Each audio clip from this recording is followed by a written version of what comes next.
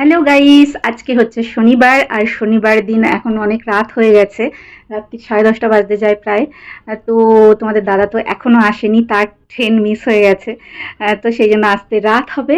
আর আজকে রাতে হচ্ছে নিরামিষ খাবার, যেহেতু শনিবার নিরামিষ হয়, রাতেও নিরামিষই হবে অবভিয়াসলি।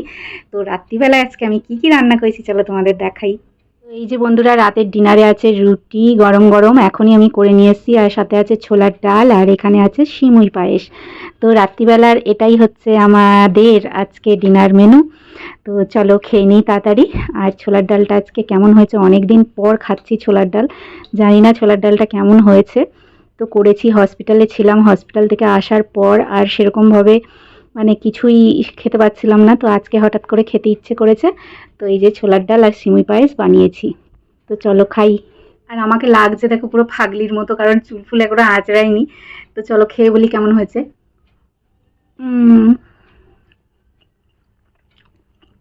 অনেকদিন পর খাচ্ছি ছোলার ডাল, তো ভালোই লাগছে। আর আজকে হচ্ছে ছোলার ডালে আমি একটু ধনে পাতা দিয়েছি, তো সেই জন্য কিন্তু ভালোই লাগছে, মানে টেস্টটা একটু অন্যরকম লাগছে।